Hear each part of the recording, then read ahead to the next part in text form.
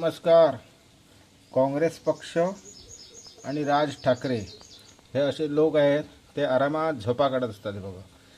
त्याच्या उलट B J P 24 तास इलेक्शन मूडमध्ये असते. 24 तास 12 महिने. आता ते बी जे पीला ते विनिंग मशीन म्हणतात. विनिंग मशीन बरोबर आहे, विनिंग मशीनच आहे. बी जे पीचं मशीन तुमच्यासारखं कधी बंद पडत नाही. तुमचं तेवढ्यापुरती चालतं, मग बंद होतं. बी जे पी ज्या राज्यात हरते तिथे ते विश्लेषण करतात, आपण का हरलो, हां, आणि जिंकल्यानंतर सुद्धा करतात, आपण का जिंकलो. आणि त्याच्या उलटही विरोधी पक्ष हरल्यानंतर हातपाय गाळून हे बघ असे झोपतात. हे बघ, नाही आता सगळं संपलं. पुन्हा गरुड झेप घ्यायची त्यांची इच्छाशक्ती मरून गेलेली असते. आणि कार्यकर्ते मग कंटाळल्यानं दुसऱ्या पक्षात जातात, जसे मनसेचे वगैरे गेले. आता बघा, राहुल गांधीने एकदा पंतप्रधान मोदींना वर्ल्ड कपच्या फायनल मॅच होती गुजरातला, ते मोदी गेले होते, इंडिया मॅच हरली. त्यावेळी ह्या राहुल गांधीने पनवती म्हटलेलं होतं ना.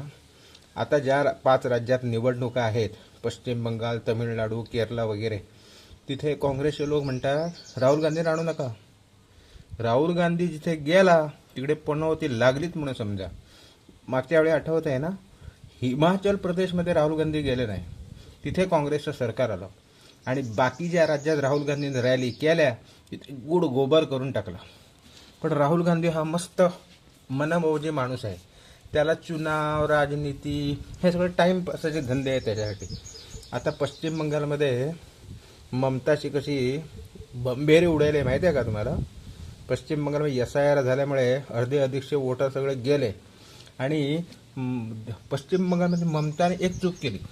मला सांगा, तुम्हाला भारताबरोबर मॅच जिंकायची आहे तर तुम्ही वेस्ट इंडिज बरोबर खेळला तर तुम्हाला कशी मॅच जिंकायला. भारताबरोबर खेळलं पाहिजे ना. तशी ममता वोटरपर्यंत जातच नाहीये. त्याच्यावर इलेक्शन कमिशनला दोष दे, SIRचा विरोध कर, सुप्रीम कोर्टात जा. ह्या बोवाळात ती उरली. मतदाराकडे गेलंच त्याने. बीजेपी चुपचाप, RSS आणि बीजेपी प्रत्येक मतदाराला जाऊन भेटतायत. नंतर हरले ते मग बॉब मारत बसा, मोदी हाय हाय मोदी. आणि डंकी की चोट पर अमित शहाने सांगितले 15 दिन मैं यही पर ही रुकूंगा बंगाल में. असं अमित शहाने गेले तिकडे. अमित शहा याला म्हणतात बीजेपीचं वोटिंग मशीन. तुमच्याकडे आहे एवढी हिंमत आहे, घाम गाळायची हिंमत आहे. राहुल गांधी जाणार सभेला, काहीतरी बकवास करणार, आटा 25 रुपये लिटर म्हणणार, आणि तुम्ही मॅच जिंकायची शोधणार.